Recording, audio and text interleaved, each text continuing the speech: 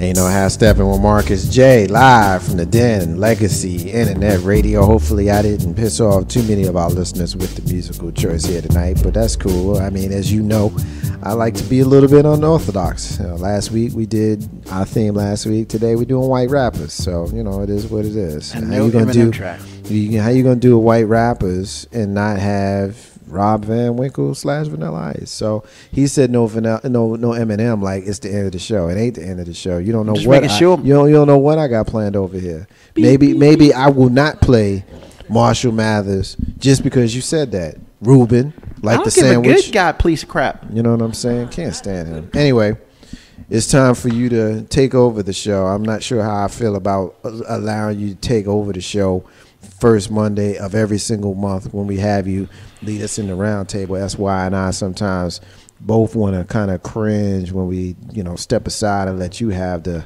con, as they would say on Star Trek. But I guess you can have it. Don't speak for me. Okay. I feel like I've just been put in my place. Bird. They usually call that a bird. Yeah, man. Yeah. Wow. Well, first of all, I'd like to say welcome to the #1 rated segment on Ain't No Half Steppin' with Marcus J. with Master J. It ain't never gonna be like that. But it's a round table. 804-422-2893. Trying to get in on these topics. If you can't call in, hit us up on our Facebook. Get in where you fit in. But the important thing is to be in. Now, topic number 1. I know Marcus J has not seen it because Marcus J is Marcus J. But I think I'm hoping SY has seen it. Lip sync battle. What do you think about it? Lip sync battle? Lip sync battle. Is that a show? It is now. Never seen it. Wow, you're killing me. The thing with LL Cool J, no. You're hurt my feelings with that. I'm sorry, Bubba. Marcus, have you ever heard of that? No. Jeez. Y'all live on the rocks. It started out as a little thing on Jimmy Fallon's show. Every couple of months, he would get a star on there, and they would do the lip sync. Call it? Yeah, it's called lip sync battle. I've seen it. Yeah. So now they created a show around it that LL Cool J hosts. Okay, no, I haven't seen it. Well, that just came out like 2 weeks ago. Now, he hosts it, and I don't know how I feel about you. John Legend's wife. I'm used to that posture. Yeah. I think y'all need to keep y'all hands to yourself up in here. John Legend's wife co-hosts. And, the first episode was The Rock versus Jimmy Fallon, of course, because Jimmy Fallon is pretty much the thing about it. And they go up there and they lip sync songs. Now, you say you've seen it before, SY. What do you think of it? On the Jimmy Fallon show. Yeah, same type of deal. I like it. Why do you like it? Because I like Jimmy Fallon. I think he's funny. And Jimmy Fallon is funny. When Jimmy Fallon does his little different rapping stuff thing, I think he does pretty darn good. All right, now which one did you see on Jimmy Fallon? What star was doing something? Justin Timberlake. Justin Timberlake. Mm-hmm. And you thought Justin Timberlake was pretty good? I thought it was good. I thought it was darn good. Yeah. Now, my advice, I think it's pretty funny, but I think more importantly, it's basically stars going there almost making fools of themselves, because you have the big, Dwayne Johnson, or they call him The Rock, and he's doing a Taylor Swift song, Shake It Off. Now, I like that song. I figured you would. And Marcus probably doesn't like it. His daughter may like it, but I know Marcus doesn't care for it. But, and it's funny because I guess you see stars make fools of themselves. So that was the first episode. But I think the second episode was even funnier. It was Common versus John Legend. And see, the funny thing about that, and I'll give it away because you could probably just look on your cable provider, is on usually Spike TV or MTV. Mm-hmm. So, of course, Common did a whole bunch of songs, whereas John Legend did raps. Oh, okay. I can see that. Now, do something a little different. For instance, John Legend, his first one was Slow Motion by Juvenile. which was hilarious. And he put it. I want to see the show. And he put it in the gold fronts too, which is even real funny. And then they do 2 songs, and his second song was MC Hammer. You can't touch this. Lord. So he was all dressed out with his chest out and stuff like that. Hilarious. His wife was like, "I don't know you." Yeah, I would have been like that too. Pretty much. And then Common, what did he do? I don't remember what he did first song, but he broke out the Lionel Richie on the second one. What was the song where? Truly? No. Don't delete the Dakota. Jungle. Yeah, that song. He had on the Lionel Richie wig, and it had the red shirt all night long. The red shirt with his chest and stuff spoke. It was just funny because. And it comes on what channel? It comes on Spike TV. They ain't paying us Thursdays. Okay. But they replay it all the damn time. Okay. So, Marcus, my advice, I think the Common one was better. The Common and John Legend one was better. Just because seeing John Legend do slow motion and slapping some ass was just funny. I mean, because you don't expect John Legend talks about love. You wouldn't and stuff. expect him to act like that at all. Oh, never. It's almost out of character. And his wife was like, "I don't even know you." That was even the funnier part. She knows she said when they went home, she was like, "Oh baby, can you do that again?" Well, he even said it was funny. He did the MC Hammer, "You can't touch this," and she was like, "That's the fastest I've ever seen him move." That's too. And bad. you can go ahead and add whatever you want on that, because they looked straight at LL Cool J, and LL just had the face. And then of course, after realizing what she said, she wouldn't hid behind something. So, okay, fine. Now, next topic. 804-422-2893. Y'all have seen the roast on Comedy Central. Do you know what a roast is? Yes, that's when you badmouth a particular individual. Okay. Mm-hmm. Have you ever seen the Comedy Central roast? No. Okay. Marcus, have you ever seen it? I've seen, I think I saw when they did Flavor Flav a couple of years ago. Certain ones I've seen. I don't go looking for them. Well, yeah. Yeah. But it's fairly crass. They really just... It needs to be, or else it's not worth watching. Correct. Yeah. Correct. So, and that's the interesting part. The one you bring up is Flavor Flav, because that's the only one that I ever seen, a black man be on as the person you're joking on. But Flavor Flav is a different individual, completely, So my question is, and this is purely opinion, could a real black star deal with that, something like that? Could they do that and really deal with it? Such as, I don't know, Lawrence Fishburne. Being roasted? Yeah. It depends on. Well, and roasted. I guess it shouldn't depend if you're getting roasted. I had to stop myself just as I'm saying it. But you're being roasted. You know what it is. But could you see a major black star participate in something like that? I think Samuel Jackson could participate in it just because he's just a different type of dude. So the answer is yes if you believe Samuel Jackson would do it. But I mean, he's by far in my opinion, he's by far in the black minority. I would think Danny Glover would not. I'll give you an example why, as a black man, there's certain things that are appropriate for other people that's not appropriate for us. Give you a perfect example. Went to a Japanese restaurant recently. I like Japanese. I like hibachi. I enjoy it. One of the staples of the hibachi restaurants is when they cook the food, they like to get a piece of chicken or shrimp or whatever it is, and the chef will toss it and you catch it in your mouth. There's no freaking way I'm ever doing that. Never, ever. It's like fetch. Just because you can't or you choose not to. Come on, man. Like you know me. You already know. You don't have to ask me that. You already know. Asking. Yeah, you ain't got to ask me that. You already know.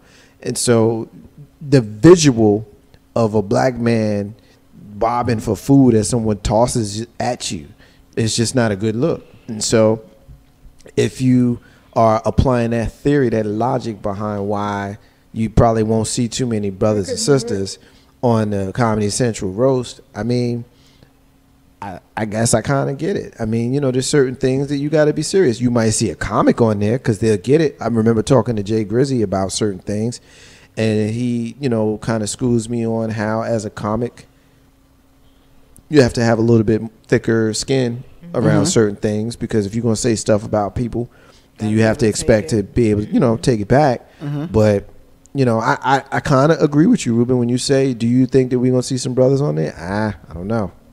Yeah. That's why? You got to be real selective with that. I don't think that's not for every one of us.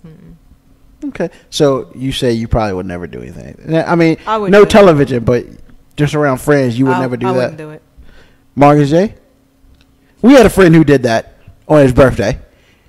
No, I probably wouldn't do it because I'd probably hear something that I didn't like and I'd want to punch you in the face. Like, I'm dead serious. Like, you know gonna went now and said 'Cause something that you should not have said. Yeah, I mean, I'm a guy who I can take a joke, but I don't like mean things being said to me. You can say, they just playing, don't worry about it. You can say all of those things, but at the end of the day, most people, as tough as they try to profess themselves to be, has some sort of insecurity, and the whole point of roasting is to be mean-spirited. I ain't never seen a roast that wasn't mean-spirited. Even the funniest ones, the funniest ones are mean-spirited. I used to like to watch the roast from the 50s and the 60s when they would roast like Dean Martin, Sammy Davis Jr. Oh, they talk about you and Frank.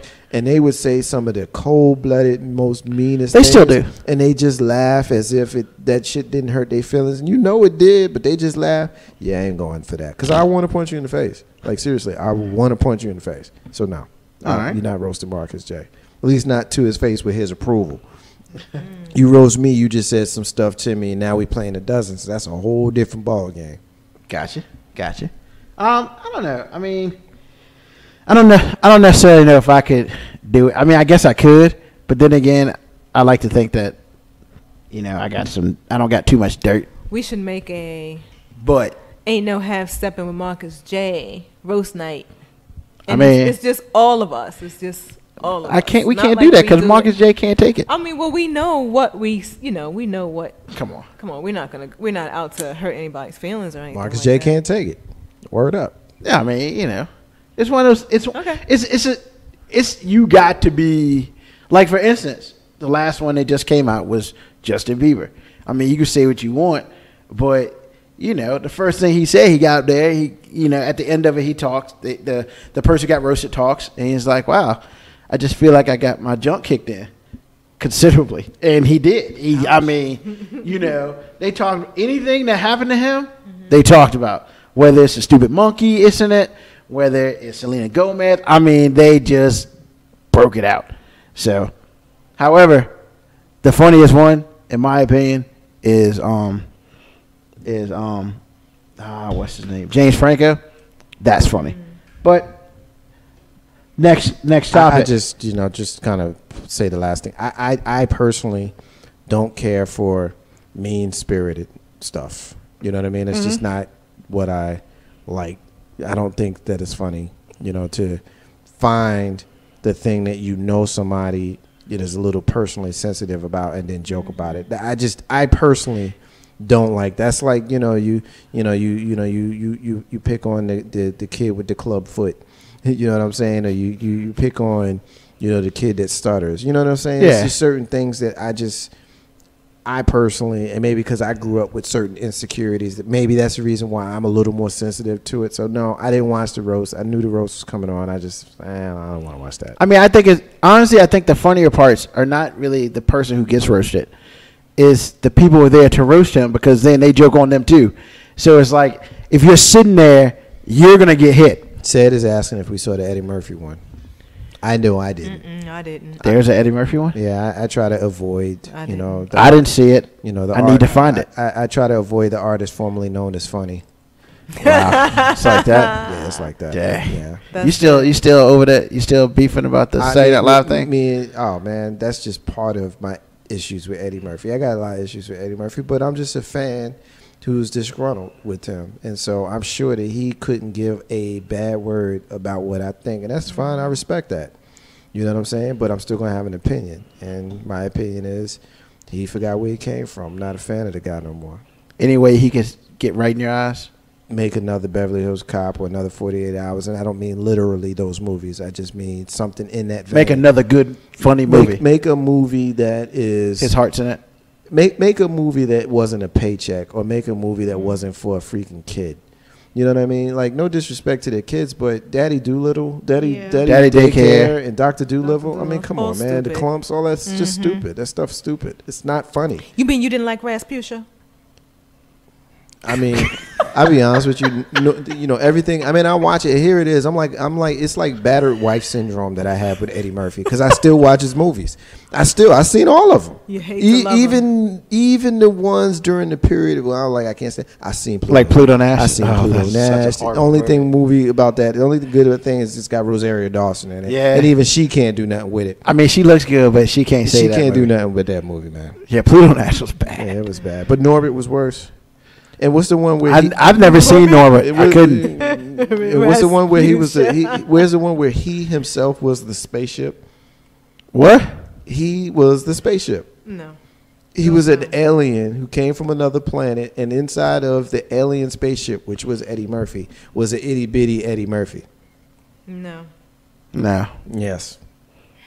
Yeah. I got nothing. I will absolutely look that up and let you I know you will. Mm. Yeah. Number 3. Unless you've been under a rock, which could be possible. Straight Outta Compton is coming out in August. I, for one, a huge NWA fan, after seeing the trailer, wish it came out yesterday. The movie's called Meet Dave. And Meet Dave. Eddie Yeah, it's a Murphy terrible played an movie. alien. Yes. so my question is, I got a couple questions with this. In your opinions, and I'll start with Marcus J first. You know, how do you feel that NWA affected music and society? Just the group itself. And you could take that music and society, or you could separate that. Well, I mean, that's a whole segment, not even a piece of a segment, but I'll try to be concise in my thoughts.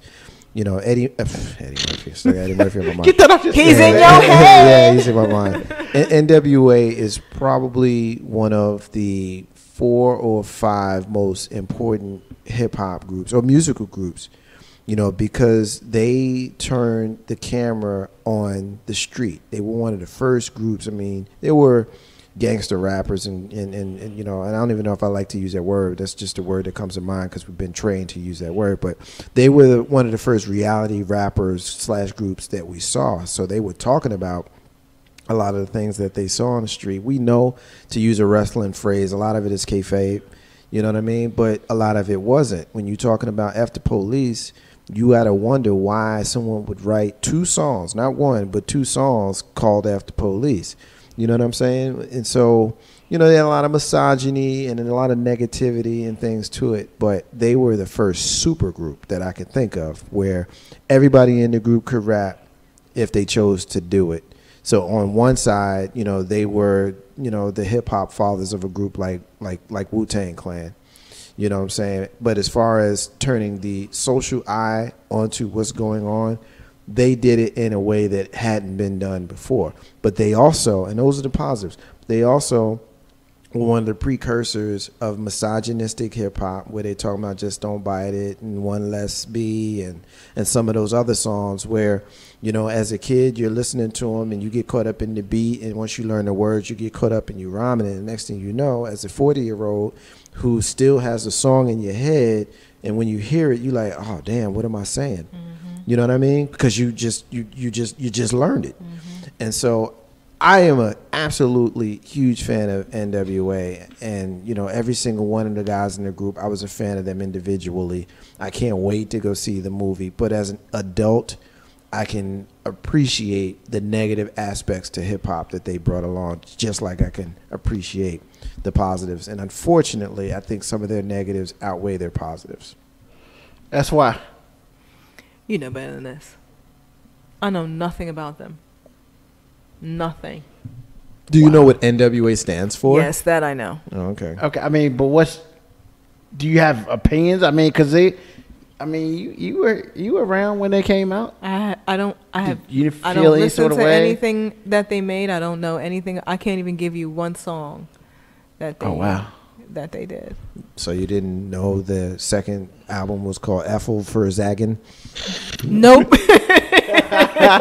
Ruben gets it. He knows what Ethel. That's what it's called. It was interesting. It was actually such and such for life said backwards. Okay. And that's how they got around the censors, because they literally wrote it backwards. Okay. Yeah. I was like, nobody caught that, and you still bought it. I caught that. I thought it was great. Yeah. I mean, you know, I'm known to be a huge NWA fan. I mean, don't get me wrong. You know, like Marcus, there are a lot of negatives to them. However, I feel blessed in having parents to teach me what is right, what is wrong, and allow me to make my own decisions. Yeah, you know, you have Straight Outta Compton, you have F the Police, you have Just Don't Bite It, you have 100 Miles of Running. Don't Bite It. Yep. You have 100 Miles of Running. And they came out with a sequel and to a that sequel song. called She Swallowed It. Yep. Yeah. So, yeah. And even though they spoke on a whole bunch of negative things, you know, once again, I was grounded enough to know this ain't exactly the right thing. This ain't the right thing to do. It's just entertainment. But some people did not take that way because they weren't as grounded as I am, or I was, or whatever I am now. So, you know, for me, as Marcus said, they changed everything. That's the group. Man, you that's sounded the like group Edith Bunker Eazy-E? just now. Yeah.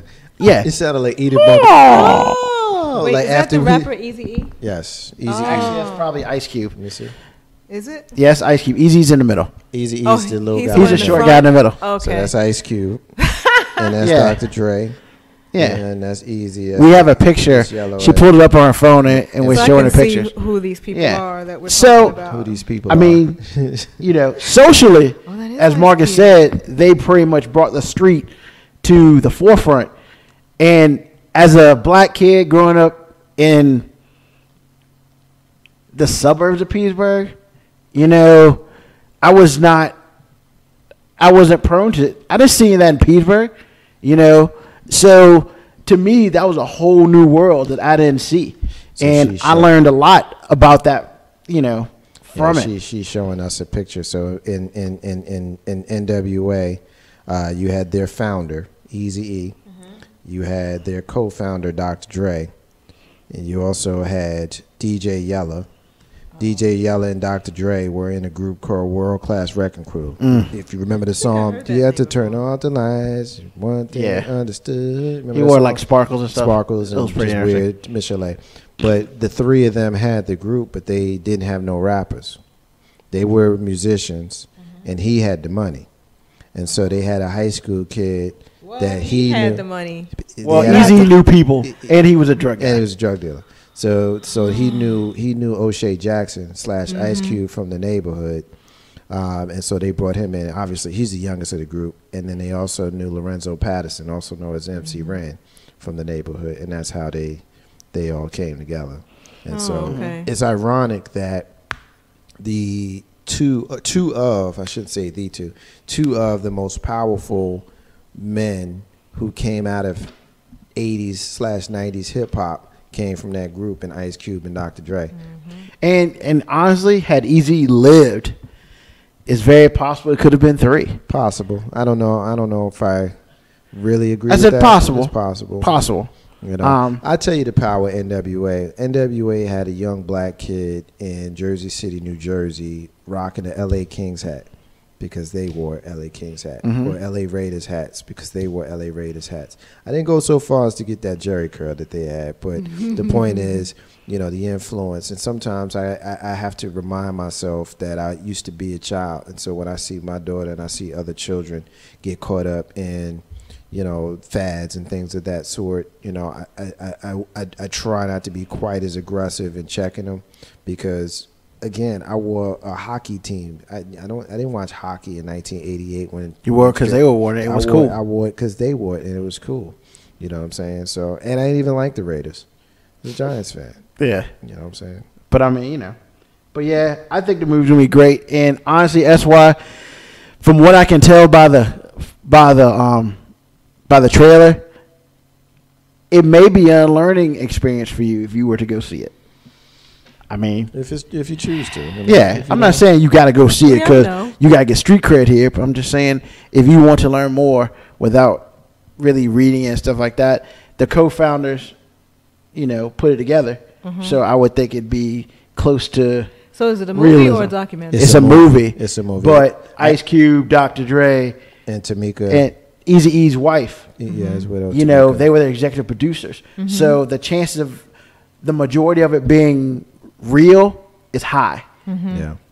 There's probably some fake stuff in there, but I would say if I had to guess, it's probably somewhere around 78% real. Ice Cube's son is playing Ice Cube. Yeah. Oh, really? Yeah. If you get a chance, look at the trailer. It's really the trailer for those of us who lived it. Ruben and I obviously lived it. He grew up here in Petersburg, and I grew up in New Jersey. And we're a year apart in age, essentially the same age, and we were feeling NWA the same way on the East Coast.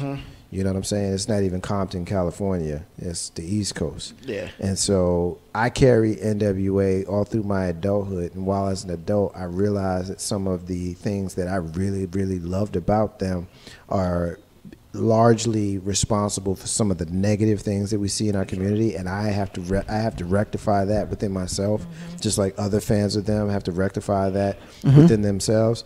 But whether you can highlight the positive or the negative, you have to acknowledge the fact that they were probably one of the most important groups in the history, certainly in the history of hip hop, and in some ways in music, when you look at how they affected things outside of the music as well as the music, socially, entrepreneurially, things of that sort. Eazy-E set the blueprint on the street guy, the thug guy, the drug dealer taking his drug money and starting a record company. I mean, they were springing out of nowhere in the 90s. Eazy was the first one to do that. Yeah. And I think there's some sort of documentary. It may be on Netflix if you choose to watch it, which is actually really, really good. All right. Now, the last two things are under a smaller umbrella I like to call government takeover. And basically, this is something new for the roundtable. We'll talk about I'll give you two examples of what if the government took this over, and how would you feel about it? All right? And no pulling punches here, 804-422-2893.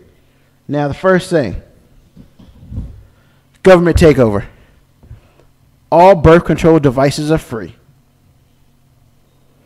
However, in order for you to have a child, you must apply to have a child.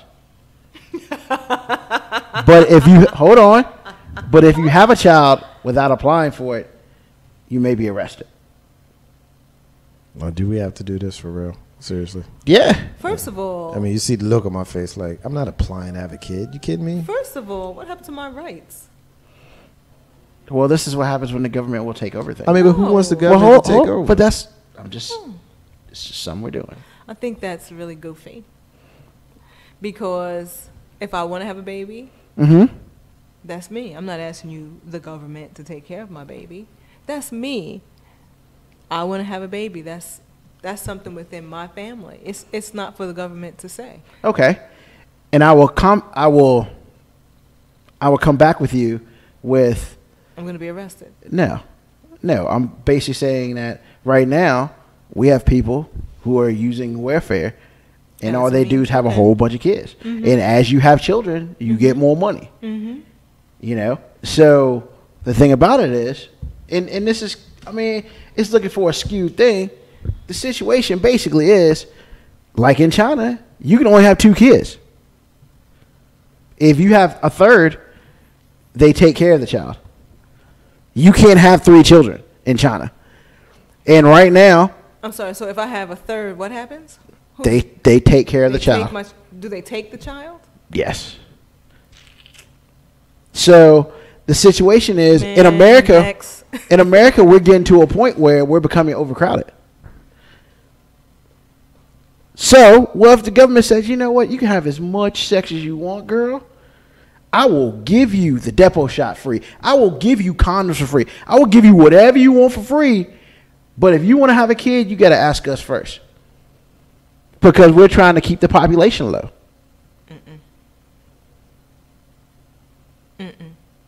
No, I'll be arrested.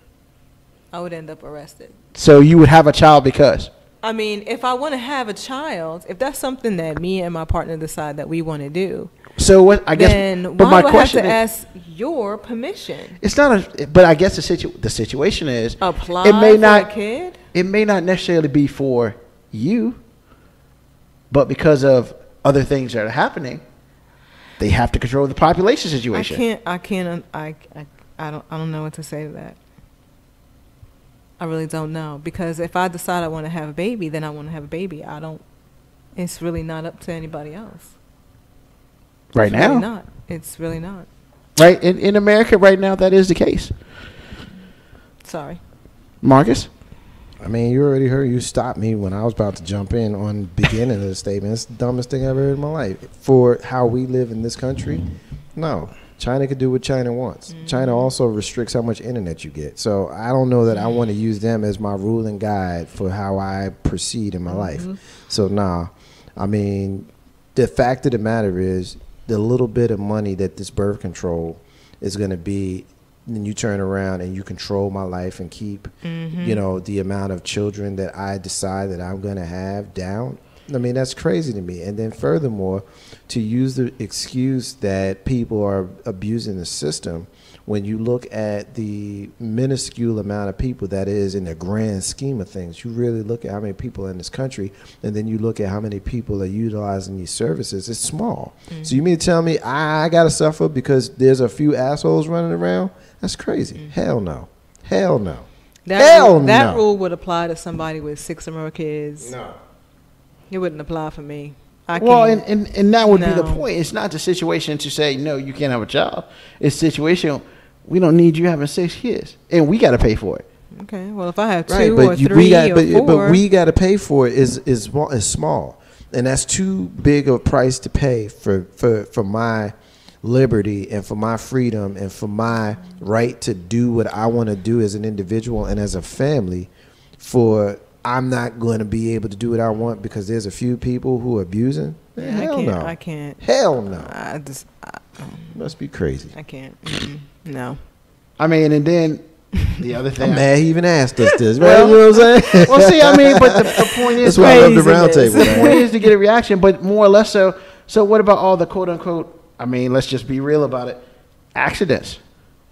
People have accidents. Yeah. They don't mean to impregnate somebody else, but it happens. So Well, that's why they're giving away free condoms, isn't it? But again, but you can't have one without the other. Yeah, but the point is, Ruben, like I said to you a minute ago, I mean, the amount of people who are utilizing these social services is small when you compare that to the grand scheme of life. I'll give you an example.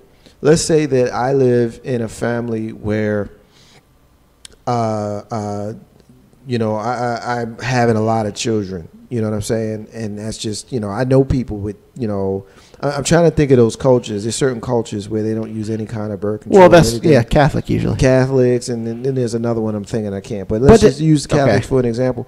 You know, I'm a Catholic family, and we just keep on. The next thing you know, we look up, and we got 8, 9 kids. So Jewish people are similar to this as well. You know, and I take care of my kids. I take care of all my kids, and you know, I've raised my family. I'm going to be subjected to that, and that's not fair to me.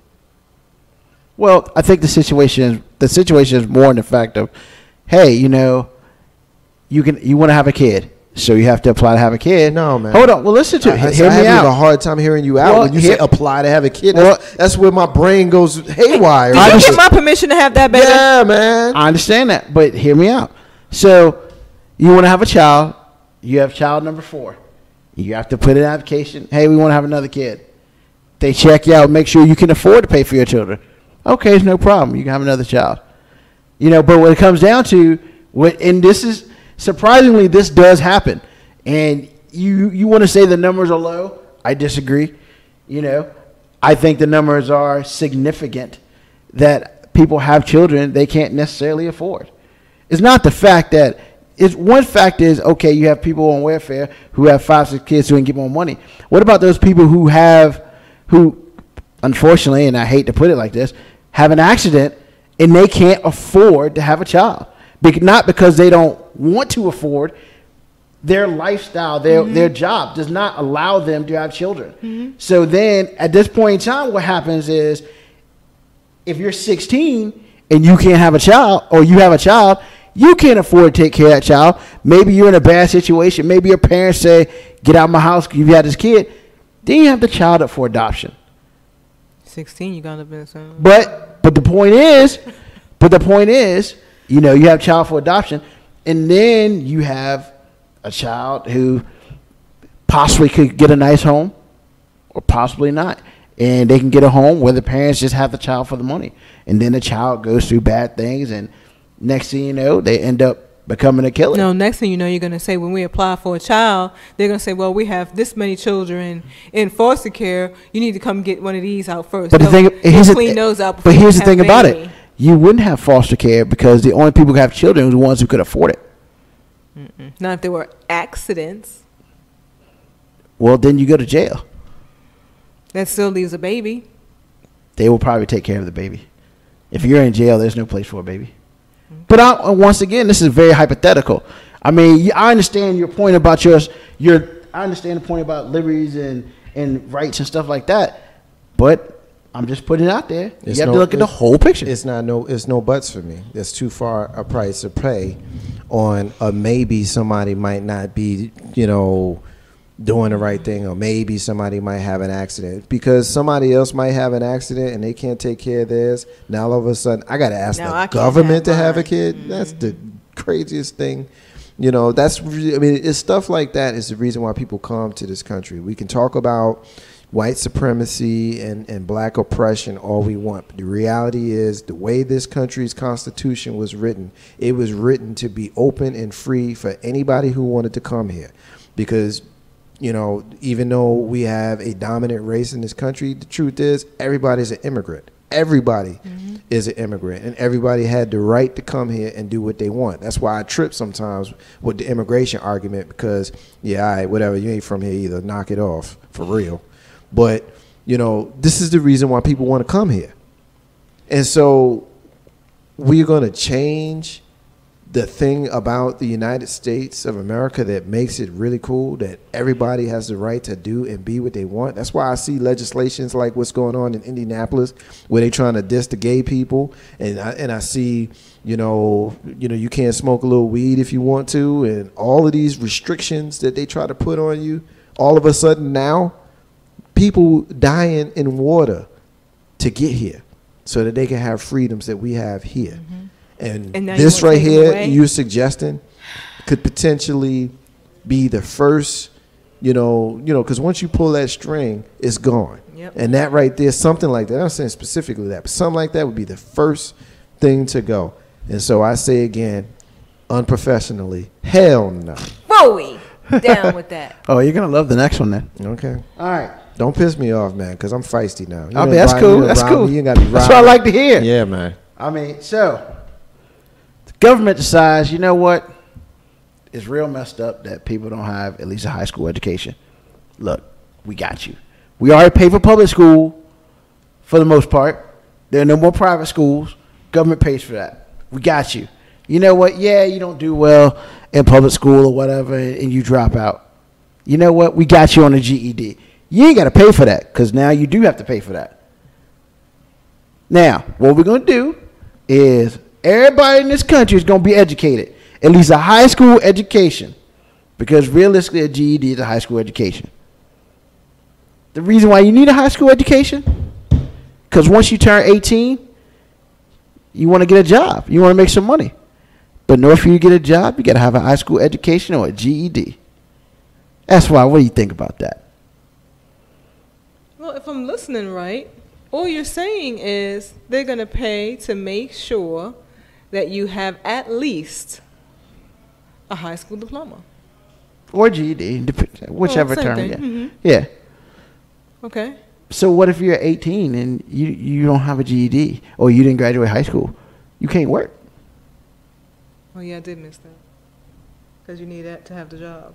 And that's working anywhere. Walmart, McDonald's, anyway. You got to have at least a high school education. I mean, you know what? Then you're just going to have to go ahead and get it.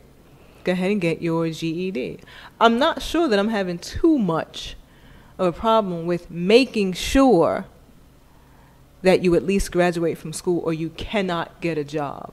Nobody's really going to take you that much and give you anything unless it's something probably off the books without. Well, that's against the either law, one. so you can't do that. I mean, there are places that do that. In this world, in this governmental world, there's no In place. this one, okay, well, in this one, There's no under the table. There's no off the okay, books. so then I don't really find anything too bad about that. And making sure you graduate so you can work. If you don't graduate, you cannot work. I don't really. I'm sorry. I don't have too much of a problem with that. Marcus J. I don't want my government legislating that. And I think that, when we start putting extra stuff on the government to manage, I think you run into problems. Let the private sector decide who they want to hire, because everybody isn't book smart. If I could come in and I could do the job that I need to do to make money for myself and do the business that you need me to do at the business, then, so be it. Every company has minimum requirements, and most of them want to see that you have a high school diploma, and that's fine, as the private sector being the one to determine that. But if that determination is coming from the government, I got a problem with that. Okay. With them saying you have to Yes. at least get your Yes. GED. If the government mandates it, then I have a problem with it. What if Even if they pay for it? I mean, if they pay for it, they pay for it. But I have a problem with them mandating that I have to have a certain level of education, and we'll say high school because we all kind of assume that high school is the minimum because you reach the peak of high school at the beginning of maturity. Mm-hmm. And so I get how high school was the point that, but 50 years from now, you might say college. And 100 years from then, you might say a master's. You know what I mean? So where does it start? Where does it end? And so if I am running a business and I run across someone who has all of the qualifications that I would want for the job that I am offering, but I can't hire them because they don't have a GED and the government says that I can't, and I got to go hire somebody who got all the book smarts in the world, but they're a jackass for the business I need to have done, I think that that's too much for the government to have control over. I'd rather have that be left with the private sector the way it is right now.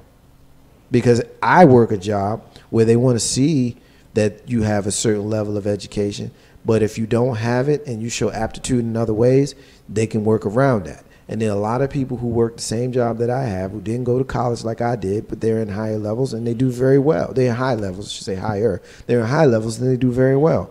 And then there are some jackasses with all the degrees in the world that are running the businesses.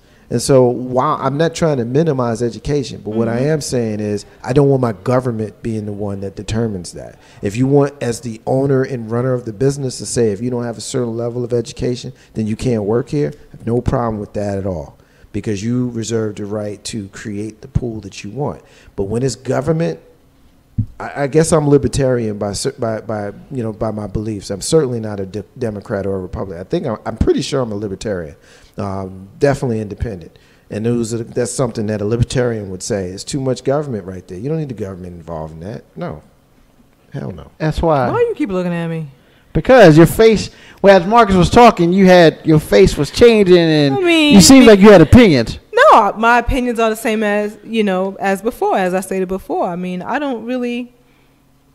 maybe like he said, somewhere down the line they'll change it up and say maybe you need your bachelor's or your master's or you need a PhD or whatever. But if the government's paying for it, why should it matter? Yeah, I mean, don't get caught up in the paying for it thing. I don't want to be 35 and I got to get a PhD and I can't work until I get it. School is not made for everybody, especially after you get out of high school. Now you want to go to college and you can get your master's, but now who says that I'm going to be able to get my PhD? Who says that's going to be easy for me? So until I do, I got no money because I can't get a job. Well, you can get a job because you have a GED or a high school diploma. Well, no, not if they change it to say that I need a master's like Marcus was saying. They have a whole bunch of smart people in this country. I don't know. Just saying. Well, the interesting thing about it is, as long as I can do this, I like to come up with different ways, because as much as Marcus says he does not want his government involved that deeply in his life, and as much as you say, some things are probably good and others are not, the reality of the world is the government is really in our lives right now. Mm-hmm. The fact is, the biggest thing is, you really don't see it. Mm-hmm. People really don't see how much the government's in our lives. I mean, the government's in our lives telling us how fast we can go on the road. You know, the government's in our lives telling us, yeah, this car is worth so much, so you need to pay taxes on that. The government's in our lives basically telling us how much we got to pay for gas. Mm-hmm. You know, it's the government's making moves in our lives. And as Marcus brought up earlier, the whole thing in Indiana, that almost was in Arkansas, but they was like, nah, I don't want none of that crap. And they changed the law before they put it in place. You know, I said this last week. I think we should be worried more about the people who can use a law that wasn't meant for that type of discrimination at all. It wasn't even close to it. They want to use that law to manipulate it for their means, to use it for what they want it to be used for. And, you know, that law was kind of vague, and you can blame Clinton and his party for doing whatever you want. But somebody said, you know what, we can manipulate this law to not really serve gay people, you know, because we don't like them. Well, you know the worst part about that law is they can turn it around and see a black man and say, oh, he looks gay. You know what I mean? He looks gay. You see? And he's black. And I think it's interesting that they went with, you know, the homosexual, heterosexual thing instead of color, because that would have been an automatic, whoa, that's racist. They went with gay and heterosexual because that's not racist. That's, I don't like that. You know, and the Bible told us in the world will sit here and tell you, you know, God didn't like that, whatever. Yo, real talk, they reading the book that has been rewritten millions of times. I mean, what King James Version is this? Really? I mean, the only book, if I'm correct, and Marcus can correct me, that has not been written since its inception was the Quran. The Holy Quran. Was the Quran, yeah. I mean, King James was a gay king, but you would believe that, you know, homosexuals are not welcome in the church. I mean, come on, man. The contradictions, you know, these same people that tell you, you know, to pray over the food that God told you in the book not to eat. I mean, come on, man. You know, I don't want to be disrespectful, but I mean, the contradictions are outrageous. And, you know, when you look at, you know, to go back to the law, you know, the whole thing about leaving it open to be vague so that you can manipulate it to be any way you want it to be. And that, to me, lies the problem, which is the reason why I don't want the government that closely involved in what it is that I do. I don't like your analogy about going down the highway at a certain speed simply because that affects everybody else that's around you.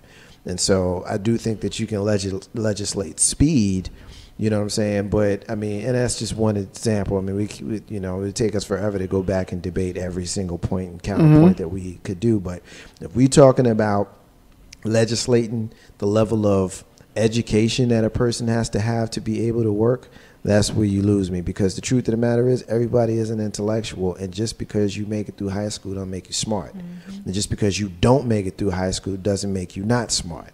And there are plenty of people we know, you know, not so much today, but certainly our parents' generation, who did not finish high school, that do just fine. And many of them opening up their own business, man, they can count a coin faster than we could.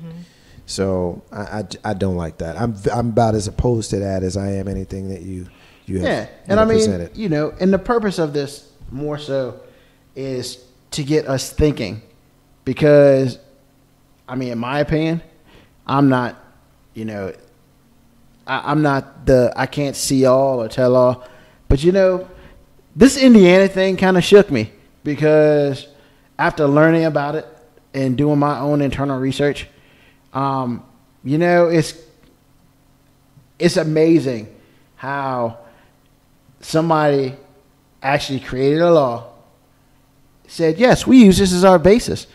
And somebody was also like, you know, that makes sense. Really? I mean, you can make your mind and mouth to say that makes sense. And then the fact that it went through the House and the Senate of that state, and then the governor signed it. So it went through all these people, and everybody's like, yeah, that makes sense. That makes sense. That should make you worry, you know? And that's why I was thinking about it, and I kind of did the government takeover because, yes, just because what's in the hand looks good, that doesn't mean they don't got their fingers behind your back, you know. What do they call it? I don't even know what this is. Cross. Make them cross. Because they're just like, yeah, take it. And as people, we need to be, and I'm not saying black people, white people, whatever. As people, we need to really monitor what somebody wants to give us.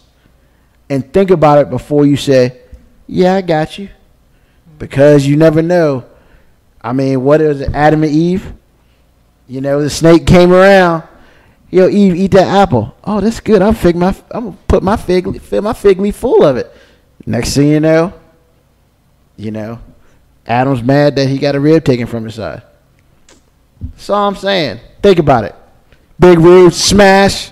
I'm done. I'll see you in a month. There ain't no smash, man. Oh yeah, I did the smash too. No, I didn't. The round table done.